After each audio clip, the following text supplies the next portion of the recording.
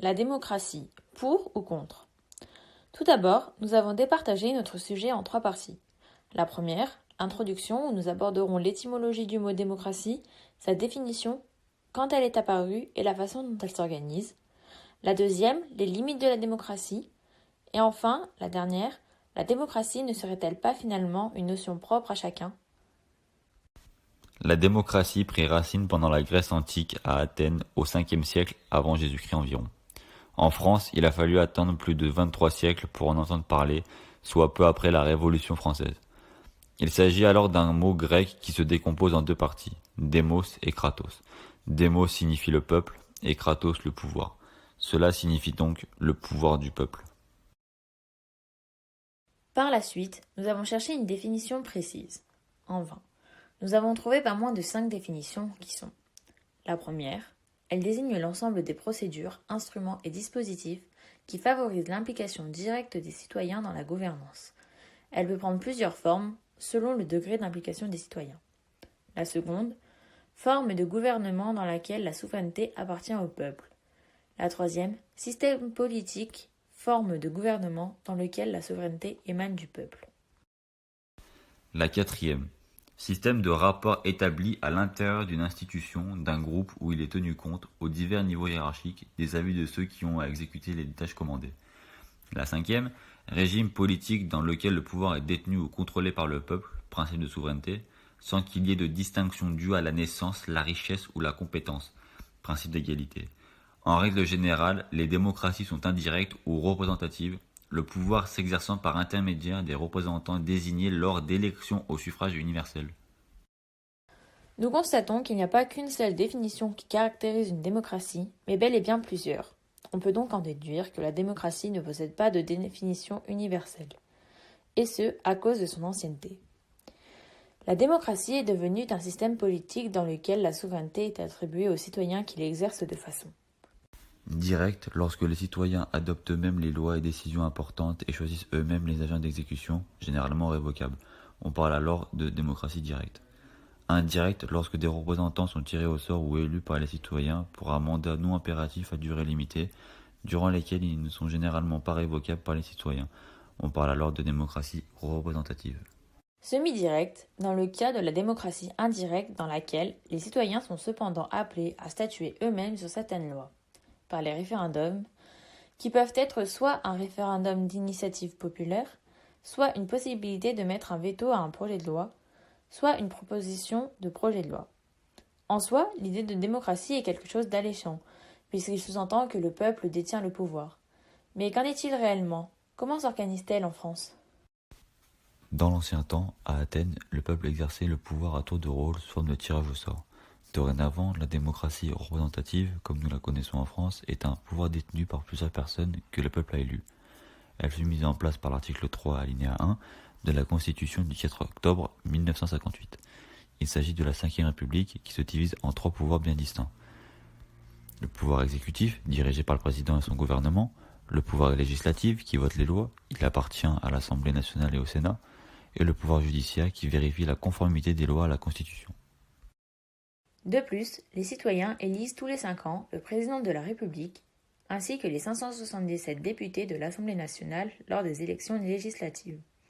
Ils élisent également les grands électeurs, les députés, les conseillers régionaux, les conseillers généraux et les délégués des conseils municipaux, qui eux éliront le Sénat, soit 348 sénateurs élus pour 6 ans, grâce au suffrage universel indirect. D'autres interactions subsistent entre ces institutions, mais elles ne nous intéressent pas ici. Elles sont cependant présentes sur le schéma. Cependant, la démocratie connaît des limites à son bon fonctionnement dans la société, et cela peut compromettre son principe. Aujourd'hui, la démocratie en France vérifie que l'égalité, la justice et la liberté soient bien respectées entre chacun des individus y résidant. Or, si l'on souhaite avoir une pleine démocratie, un problème apparaît, celui de l'équilibre entre la liberté et l'égalité.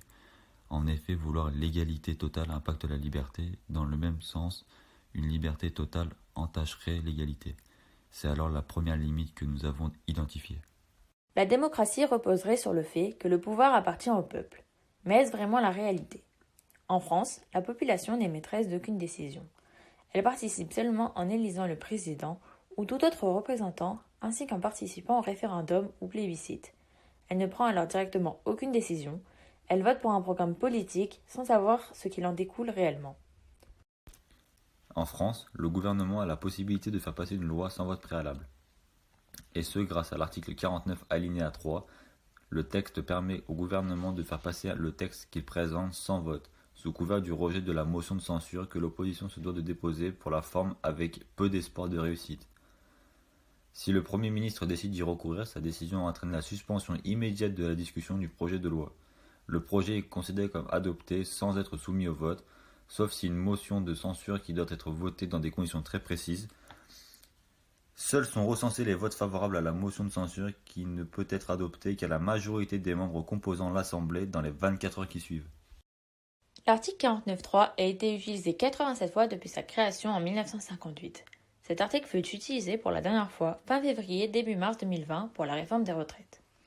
Dès la présentation du projet de loi, des mouvements sociaux contre la réforme ont émergé. Ils ont notamment organisé une grève dès le 5 décembre 2019 et ce jusqu'au 20 février 2020, où notamment la SNCF, la RATP ou même l'Éducation nationale prendront part. Ce fut la même histoire quand Manuel Valls utilisa le 49.3 pour faire passer la loi travail en 2016. Bien que le 49.3 ait été voté directement par référendum en 1958, soit validé par le peuple, cet article de la Constitution du 4 octobre 1958 peut être jugé antidémocratique. En effet, comme nous avons pu le voir avec ces deux utilisations en 2016 et 2020, qui ont été précédées de contestations de la part de la population, le mécontentement d'une grande partie des Français suite à l'application des lois témoigne de la contradiction avec la définition de la démocratie. Comme nous l'avons vu précédemment, l'étymologie du mot voudrait que le pouvoir soit au peuple, or ce genre de décision va à son encontre. L'absence de représentation de la majorité des Français à l'Assemblée nationale peut être considérée comme une limite. En effet, en 1946, il y avait 12,5% d'ouvriers élus à l'Assemblée. En 2017, il n'y en a plus un seul. Alors que les ouvriers représentent 20% de la population active en France. La répartition des représentants par profession à l'Assemblée nationale est la suivante.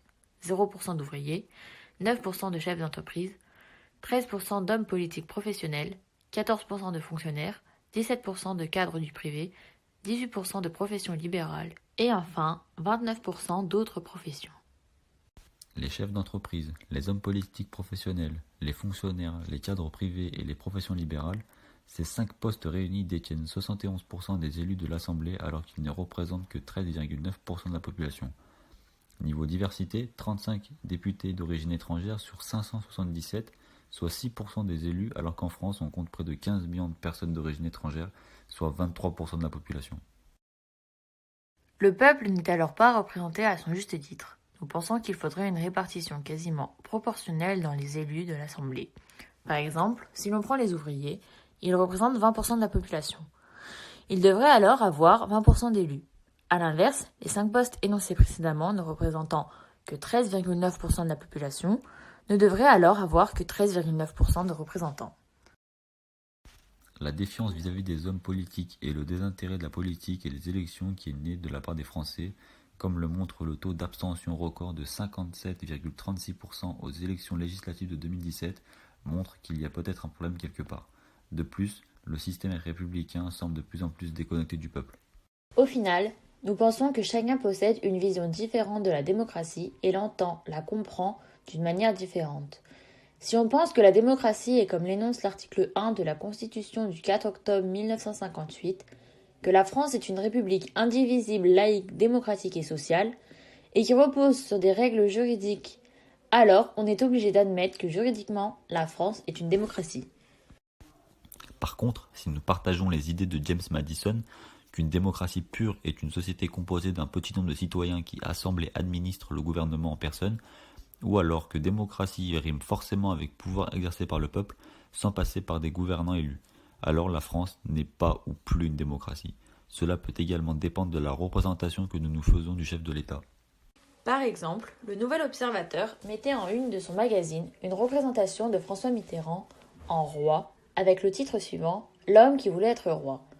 La Tribune de Genève, elle, illustra Emmanuel Macron le jour de son investiture, avec des pancartes tenues par les personnes présentes, avec l'inscription « Macron monarque ». Et enfin, Le Point mettait en avant le côté empereur de Nicolas Sarkozy en le déguisant comme tel et en le renommant Nicolas Bonaparte.